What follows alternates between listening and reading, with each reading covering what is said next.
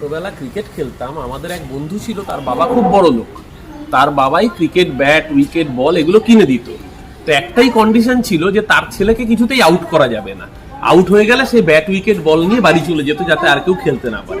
তো শুভেন্দুর এই ধরনের আজকের অবাস্তব দাবি শুনে আমার মনে হচ্ছে ছোটবেলার ওই বন্ধুর কথা, যে শুভেন্দু অধিকারীকে আউট করা যাবে না, কারণ গণতান্ত্রিকভাবে যদি আউট হয় তাহলে সে ম্যাচই করতে দেবে না। শুভেন্দু অধিকারী এখন নির্বাচন কমিশনার, শুভেন্দু অধিকারী এখন রাষ্ট্রপতি, কারণ ওই ঠিক করে দিচ্ছে 1 কোটি মানুষের নাম বাদ দিতে হবে। এটা নির্বাচন কমিশন দেখবে। যদি কেউ বৈধ নাগরিক হয় তার নাম বাদ দেবে কেন? আবার যদি অবৈধ হয় সেটা নির্বাচন কমিশন ঠিক করবে। শুভেন্দু টার্গেট বেঁধে দিয়েছে, অর্থাৎ আমরা বিরোধীরা যে অভিযোগ তুলেছিলাম যে নির্বাচন কমিশন আসলে বিজেপির পোষ্য কৃতদাস, শুভেন্দু অধিকারী সেটাকে সার্টিফাই করলো যে হ্যাঁ, নির্বাচন কমিশন আমাদের দলদাস, আমরা যা বলবো নির্বাচন কমিশনকে তাই করতে হবে। যদি না করা হয় তাহলে রাষ্ট্রপতি শাসন জারি করতে হবে, অর্থাৎ শুভেন্দু রাষ্ট্রপতির ঊর্ধ্বে। এই যে গায়ের জোরে গণতন্ত্রকে কবজা করার চেষ্টা, এটাই প্রমাণ করে বিজেপির থেকে বড় ফ্যাসিস্ট ভারতবর্ষে আর কেউ নয়।